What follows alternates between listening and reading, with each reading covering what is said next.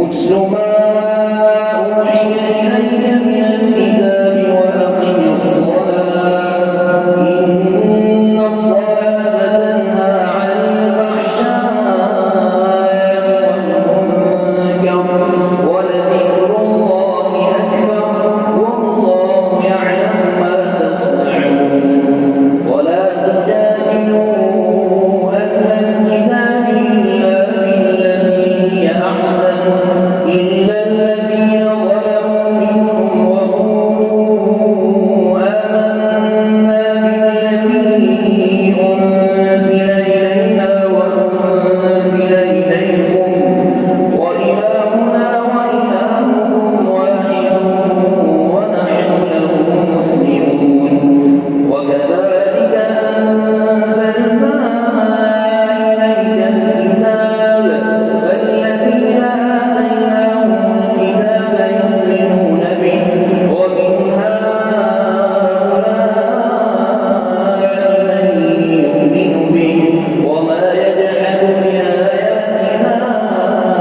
إلا الكافرون وما كنت تتلو من قبله من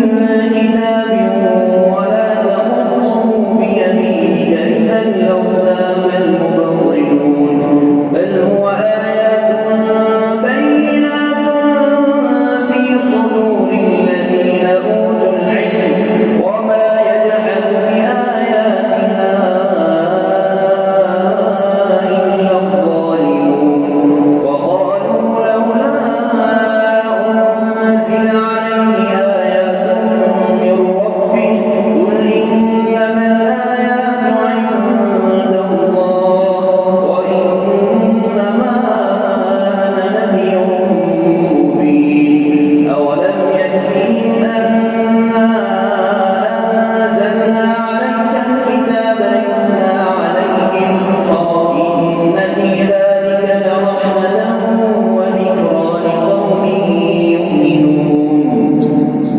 قل كفى بالله بيني وبينكم شهيدا يعلم ما في السماوات والأرض والذين آمنوا بالباطل وكفروا بالله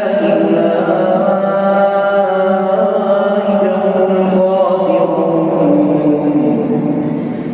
ويستعجلونك بالعذاب ولولا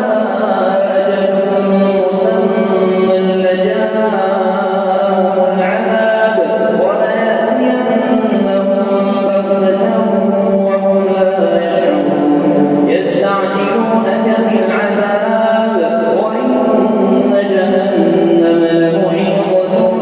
بالكافرين يوم يغشاهم العذاب من فوقهم ومن تحت أرجلهم ويقول ذوقوا ما كنتم